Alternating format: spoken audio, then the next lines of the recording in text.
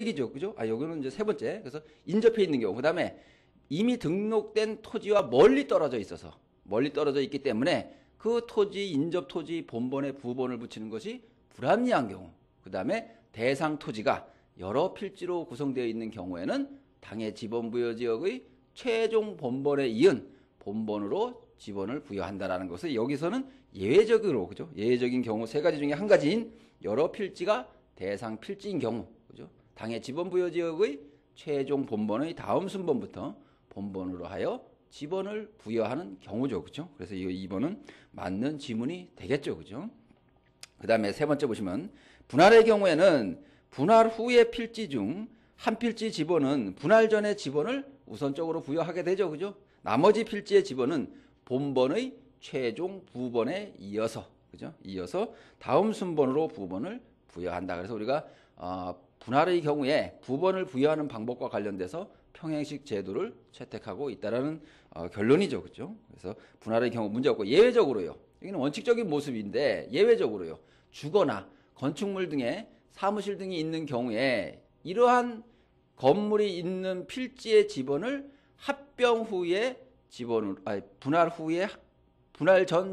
후의 지번으로 우선적으로 부여하게 되죠. 주거나 건축물 등이 있는 경우에는 우리가 이 부분은 합병과 대비해서 신청 여부를 불문하고 주거용 건축물 등이 있는 지번을 분할 후에 지번으로 우선적으로 부여한다라는 거, 그죠? 여러분들 그거 하나 기억을 하시고, 그 다음에 합병은 토지 소유자의 신청이 있는 경우에 그 주거용 건축물 등이 있는 지번을 합병 후에 지번으로 부여한다라는 것에서 분할은 신청 여부를 불문하고 건물 등이 있는 지번을 먼저 부여하고 합병의 경우에는 토지 소유자의 신청이 있는 경우에만 합병 후에 지번으로 그 건축물이 있는 지번을 부여한다라는 거 그렇게 대비해서 기억을 하시고요. 그 다음에 그 네 번째 보시면 학교용지, 공원, 종교용지 등 다른 지목으로 된 토지에 있는 유적, 고적, 기념물을 보호하기 위하여 구역된 토지는 사적지로 한다 이랬죠, 그죠? 우리가 지목과 관련돼서 기념물들과 관련된 이러한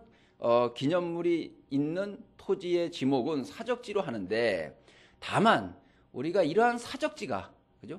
학교용지라든지 종교용지라든지 공원, 그죠? 요 세 가지 지목 내에 있는 경우에는 사적지로 하는 것을 제외한다 그랬어요, 그죠? 이 경우는 그래서 지목이 학교용지에 있으면 학교용지로 따라가야 되고, 공원에 있거나 종교용지 내에 기념물 등이 있는 경우에는 지목이 종교용지, 공원이 돼야 되기 때문에, 그죠? 사적지로 한다. 이래 되면 틀리는 지문이 되겠죠, 그죠? 그래서 이런 부분 기억을 좀 하셔야 되고요.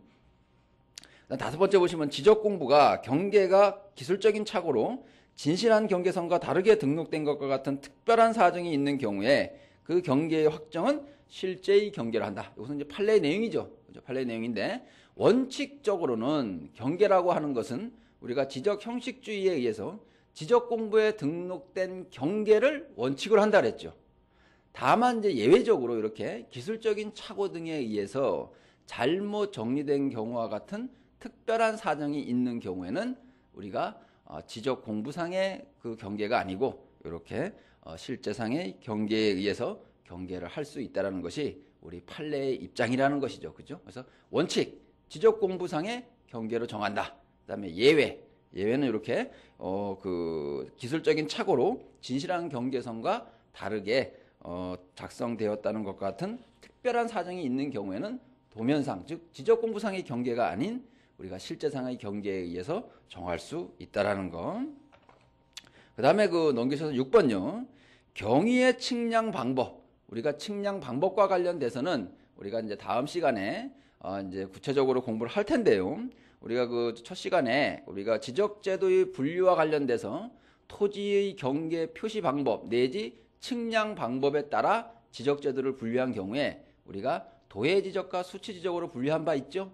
이때 도해지적의 측량 방법은 평판 측량 방법에 의해서, 그 다음에 수치지적의 경우에는 경위의 측량 방법에 의해서 그 측량을 한다라는 것을 구분을 했었죠, 그죠? 그 경우에 그렇다면 경위의 측량 방법에 의하여 지적 확정 측량을 시행하는 지역에서 한 필지의 면적을 산출한 결과 730.45제곱미터인 경우 지적 공부에 등록할 면적은 이래 돼 있죠, 그죠? 이것은 이제 OX 문제가 아니고 복습 차원에서 한번 볼게요.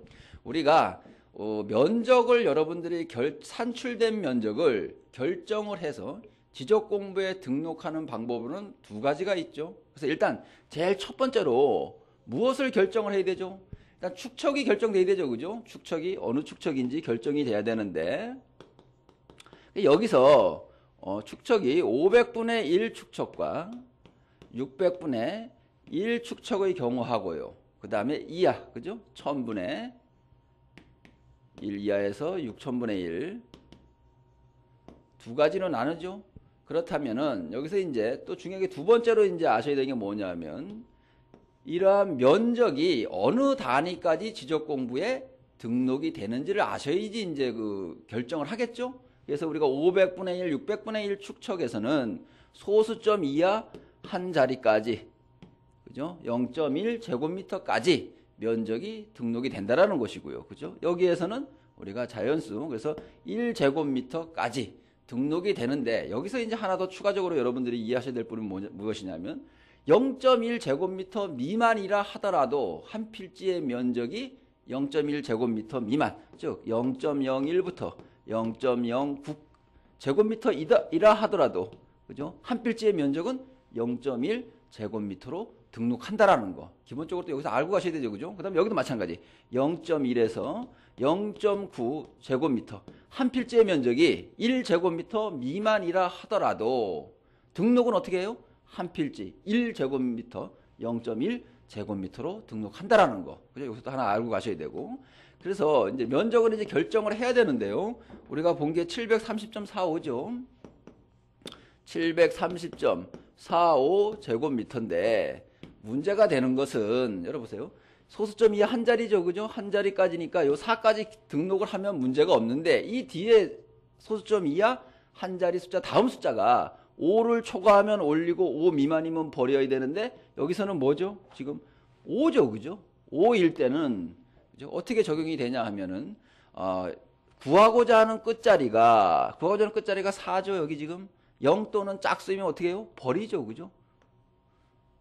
여기가 홀수이면 올리면 되는데 버리면 되니까 구하고자 하는 끝자리가 지금은 500분의 1, 600분의 1. 그래서 주어진 것이 경위의 측량 방법에 의한 지적 확정 측량을 실시한 지역 어디죠? 경계점 좌표 등록부를 두는 지역이죠. 그래서 이 지역이 되겠죠. 그죠? 그래서 이 지역으로 가야 되죠. 그죠? 그래서 소수점 이하 한 자리까지 면적을 결정해야 되고 등록되는 면적은 보니까 소수점 이하 한 자리 다음 숫자가 5니까요. 그죠? 4면은요. 그냥 730.4 하면 되고 6이면요. 5를 초과하니까 올리면 되니까 730.5 제곱미터가 될 텐데 문제가 이제 5니까 요것은 일반적인 원칙이요. 그죠? 구하고자 하는 끝자리가 소수점 이하 한 자리 4니까 짝수니까 버려야 되죠. 그죠? 5를 버리면 이때는 결정되는 면적이 730.4 제곱미터가 되겠다라는 것이죠. 그래서 이 지문과 관련된 그 면적의 결정은 지적공부에 등록되는 면적은 730.4 제곱미터가 될 수 있다는 것이죠. 그죠? 만약에 그러면은 여기가 아니고 이 밑이면요. 이 밑으로 오시면요. 소수점 이하 한 자리가 아니고 자연수대로 하면 되죠. 근데 730.45니까 이 4는요. 5 미만이에요? 5를 초과하는 것이에요? 5 미만이죠. 그죠? 버리면 되죠. 그죠? 여러분 부담스럽게 생각하지 마세요. 버리면 돼요. 5 미만이기 때문에. 그럼 결국은 어떻게 등록이 될까요? 730 제곱미터로 등록이 된다라는 얘기예요. 아시겠죠? 그죠? 자연수니까 등록이 되고 4, 5라도 5 미만이니까 그죠? 버리면 되니까 730 제곱미터로 여기는 등록이 된다라는 거죠. 그래서 이거 하나 가지고 두 번을 써 먹으실 수 있다. 그래서 여기서는 일단 위에 거란 얘기죠. 그죠? 경위의 측량 방법에 의하여 지적 확정 측량을 실시한 지역에서의 축척은 여기에 해당되는 것이죠. 그죠? 경계점 좌표 등록부를 두는 지역. 그래서 가장 정밀한 우리가 대축척인 500분의 1이 경계점 좌표 등록부를 시행하는 지역에서의 주로 사용되는 축척이기 때문에 그죠? 여기서는 500분의 1 축척을 찾으셔서 그 답을 고르셔야 되겠죠. 그 다음에 7번 보시면 한 필지의 토지에 대한 지목과 면적 등이 등록된 지적 공부는 토지대장과 임야대장이다. 이래 돼 있죠. 여러분들 지적 공부의 등록 사항과 관련돼서 그냥 단순하게 그냥 외우지 마시라 그랬어요. 그죠? 일단 공통적인 사항 아니면 특이한 사항을 토지 표시하고 그 다음에 소유자의 표시와 관련된 사항을 기준으로 해서 여러분들 일단 기억을 하시면, 그 다음에 나머지 부분은 보시면서 도면을 연상하시거나 대장을 연상하시면서 찾으시면 되거든요. 금방 그것은 보시면 아시는 내용이니까 일단 우리가 토지 표시와 관련돼 갖고, 그죠? 토지 표시 사항은 여러분들 다 아시다시피, 그죠? 소재, 뭐 지번 문제 없죠. 소재, 지번. 그다음에 지목을 가지고 보시라 했죠. 지목, 소재, 지번, 지목. 그다음에 면적. 그다음에 경계. 그다음에 좌표. 일단 토지 표시와 관련돼서 이러한 토지 표시와 관련된 사항이 지적 공부상 어디에는 등록이 되고 어디에는 등록이 되어 있지 않다라는 것을 올 기준으로 해서 보시고요. 그 다음에 소유자 표시라는 게 있죠. 그래서 소유자. 우리가 소유자 표시와 관련돼서는 이 소유자와 관련된 기본적인 사항요. 성명, 주소, 주민등록번호, 그 다음에 소유권의 변동 원인, 변동 일자. 그죠? 여러분들 그건 다 알고 계신단 말이에요. 그죠? 그 다음에 지분을 나오는 경우가 있죠. 지분. 뭐 지분을 표시된 대장은 두 개뿐이죠. 공유지 연명부와 대지권 등록부. 그러니까 여러분들 그런 부분은 특이하게 있기 때문에 별로 이렇게 혼돈스럽지가 않으세요. 그죠? 그런 부분은 기본적으로 아시는 것이니까. 그래서 지분이 나와 있는 것은 우리가 공유지 연명부, 대지권 등록부 별도로 양기하실 필요가 없어요. 여러분들 아시는 것이니까. 근데 그래서 일단 두 파트로 나누셔서 일단 소재 지번은, 그죠? 우리가 지적 공부는 대장 4가지, 그 다음에 도면 2가지, 그 다음에 경계점 좌표 등록부, 물론 전산화된 대장 도면도 포함하는 것이니까요. 그죠? 그래서 우리가 크게 나누면 7가지 형태로 지적 공부를 나눠볼 수가 있다라는 거. 그죠? 그래서 여러분들 소재 지번은 다 있다 그랬죠? 다 있다. 뭐 소재 지번이 뭐 어디에 있냐? 뭐 다 있다 그러니까 토지대장, 임야대장, 공유지 연명부, 대지권 등록